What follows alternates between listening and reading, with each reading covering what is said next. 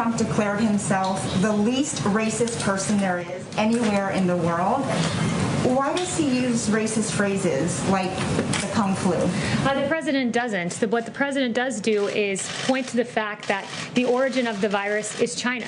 It's a fair thing to point out as China tries to ridiculously rewrite history, ridiculously blame the coronavirus on American soldiers. This is what China's trying to do. And what President Trump is saying, no, China, I will label this virus for its place of origin. That's what he's saying by using the racist phrase Kung flu? He is linking it to its place of origin. What does he have to say to Asian Americans who are deeply offended and worried that his use will lead to further attacks of discrimination? So the president has said very clearly it's important that we totally protect our Asian community in the U.S. and all around the world.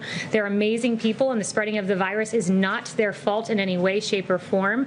They're working closely with us to get rid of it. We will prevail together. It's very important. So it's not a discussion about Asian Americans, who the president values and prizes as citizens of this great country. It is an indictment of China for letting this virus get here. And I would also point out that the media blames President Trump for using the terms China virus and Wuhan virus when they themselves have used these very terms. The New York Times called it the Chinese coronavirus, Reuters the Chinese virus, CNN the Chinese coronavirus on January 20th, Washington Post January 21st, Chinese coronavirus, and I have more than a dozen other examples. Separate category, Kayleigh. Kung flu is extremely offensive to many people in the Asian American community. To be clear, are you saying the White House does not believe it is racist? To be clear, I think the media is trying to play games with the terminology of this virus, where the focus should be on the fact that China let this out of their country. The same phrase that the media roundly now condemns has been used by the media. I can go more examples. Wuhan virus, CNN said on January 22nd,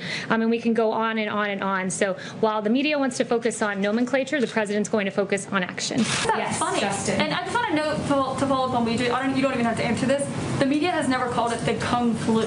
Calling it the Chinese coronavirus and calling it the Kung flu are very different things. The media and your network specifically called it the Kung flu. The media and your network specifically have repeatedly used the term China virus and Wuhan virus, and then gone on to deride the president as somehow using a term that they themselves have never used. So we can go through CNN's history. Kayleigh. I'd be more than happy to go through CNN's history. On February 9th, you guys talked about the Wuhan coronavirus. On January 23rd, you guys talked about the Wuhan coronavirus. On January 22nd, the Wuhan virus. I can write it all out for you and detail it for you in an email. Kayleigh. Yes. Well, but first I just wanted to follow up very quickly on Weij's question and Caitlin's follow-up.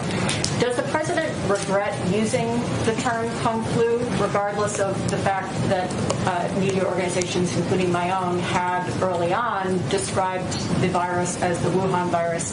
That is a different thing than saying Kung flu. Does the president regret using that term? The president never regrets putting the onus back on China, pointing out that China is responsible for this, and in the process standing up for U.S. troops who are being blamed by China in a campaign of misinformation.